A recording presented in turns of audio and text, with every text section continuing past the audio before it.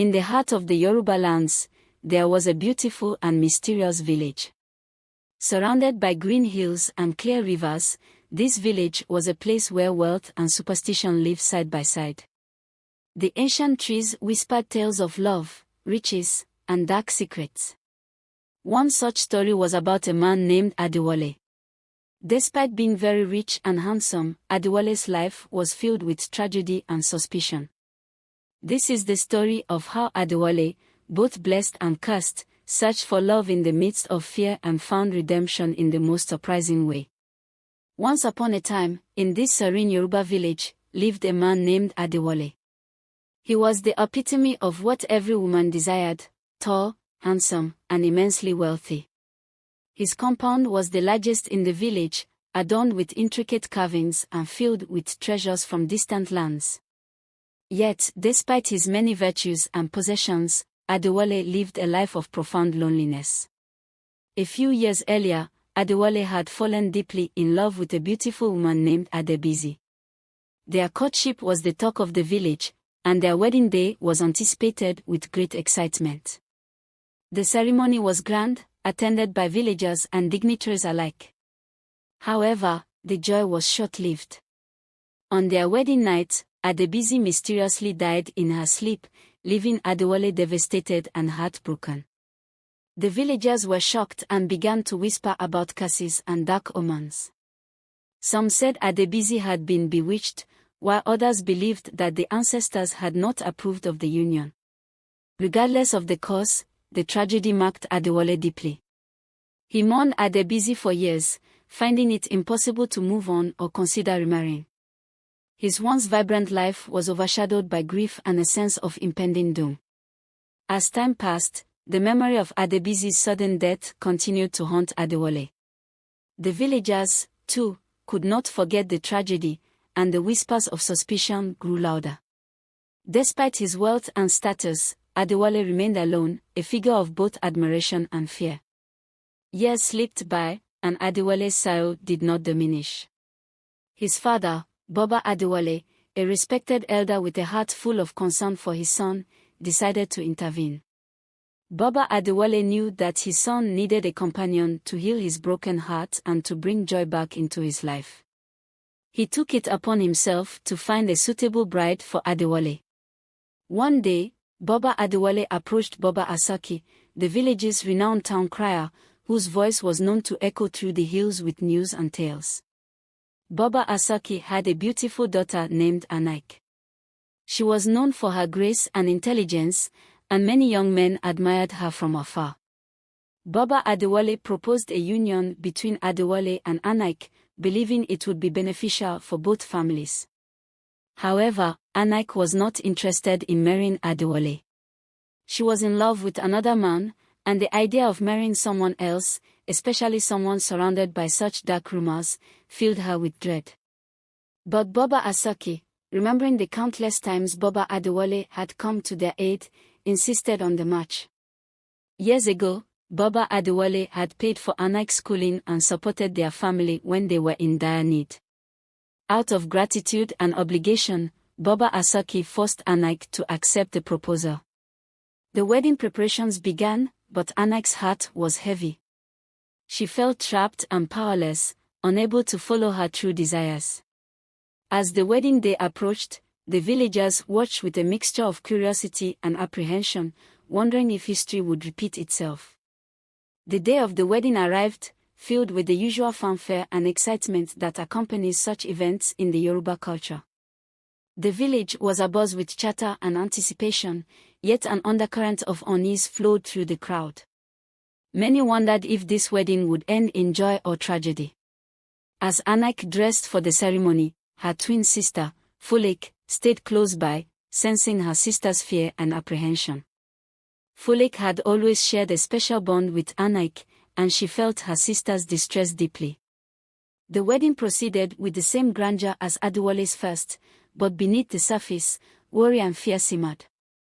Tragically, just as Anaik was preparing to leave for the wedding venue, she suddenly collapsed. Fulek, who was standing beside her, caught her sister as she fell. Despite their best efforts to revive her, Anak died in Folek's arms. The village was thrown into turmoil once again. This was the second woman to die mysteriously on her wedding day to Adewale, and the villagers were terrified. Folek was inconsolable. She remembered a disturbing dream she had just days before the wedding in which she saw Anak trying to speak but no words came out. The dream had left her with an overwhelming sense of dread, and now, with Anak's death, Folek was determined to uncover the truth behind these mysterious tragedies. Meanwhile, Adewale's uncle, Baba Ogunlai, took advantage of the situation to fuel the villagers' fears. He spread rumors that Adewale and his father were involved in dark rituals, causing the deaths of the women. The villagers, already frightened, began to believe these rumors. Adewale's reputation was further tarnished, and he became a figure of suspicion and fear. Folek, driven by love for her sister and a desire for justice, vowed to find out what was truly happening. She was determined to clear Adewale's name and put an end to the cycle of tragedy that had plagued their village. Adewale's life had descended into a dark abyss of solitude and despair. His once vibrant and joyous existence was now marked by sorrow and loneliness. His father, Baba Adewale, made numerous attempts to find him a new bride, but each time, the families refused, terrified by the deaths of the previous women. Even Adewale himself, in his desperation, begged for love, but every woman in the village shunned him, fearing for their lives. One fateful day, a new ray of hope appeared. A young woman named Adetola moved into the village, seeking a fresh start. She was unaware of Adewale's tragic past and came to his factory looking for a job. Adewale, upon seeing her, was immediately captivated by her beauty and grace. He offered her a position, and as they worked together, a deep bond began to form between them. The village women, noticing the growing closeness between Adewale and Adetola, took it upon themselves to warn her about his dark history. They told her about the mysterious deaths of Adebisi and Anak and urged her to stay away from him.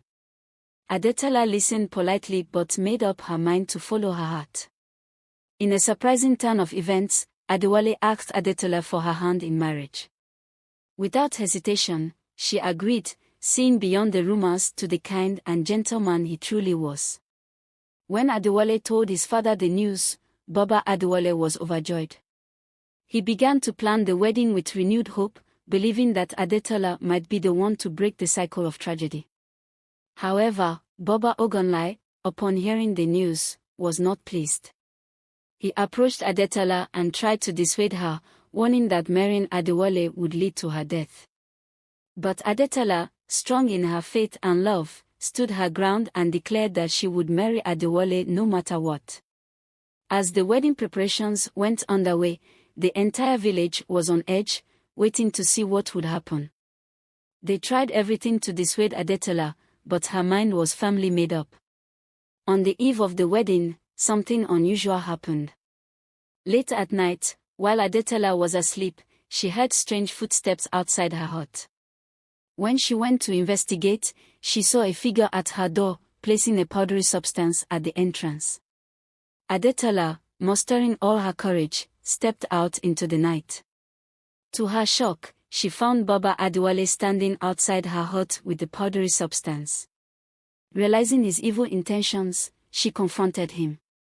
Baba Adewale, taken aback, attempted to use his dark powers to harm her, but to his surprise, his charms failed. Adetola's strong Christian faith and constant prayers had created a divine shield around her, rendering Baba Adewale's dark magic powerless. Folek, who had been seeking the truth behind her sister's death, had confided in Adetola earlier. She shared her suspicions and the strange dream she had before Anak's demise. Together, they devised a plan to uncover the truth.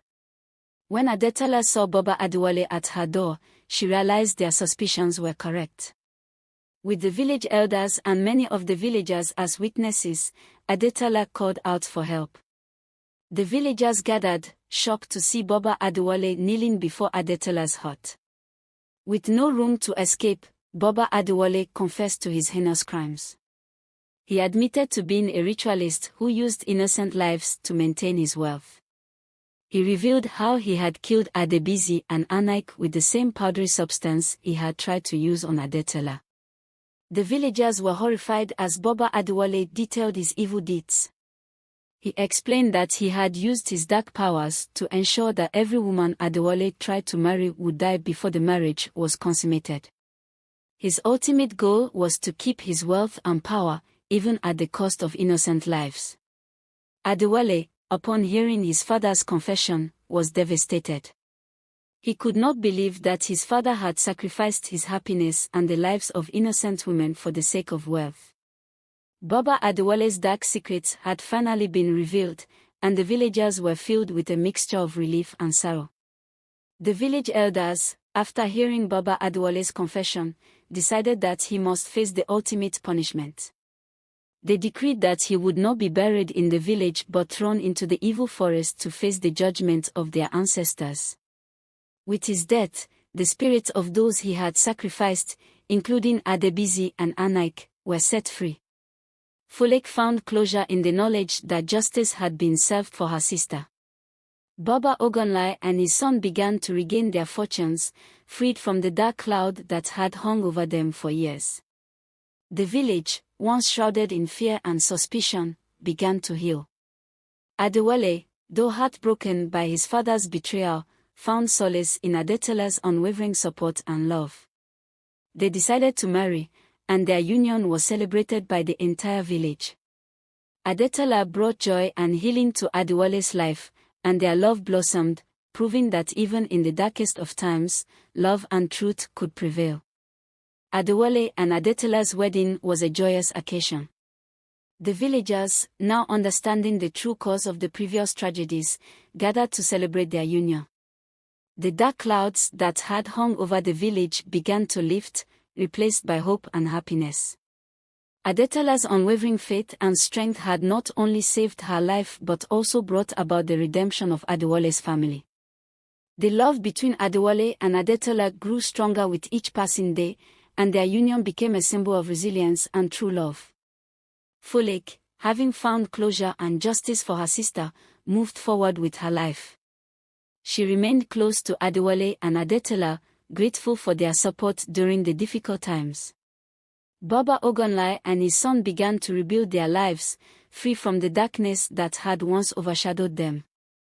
Adewale and Adetola's love story became a legend in the village, a testament to the power of love, faith, and the triumph of good over evil.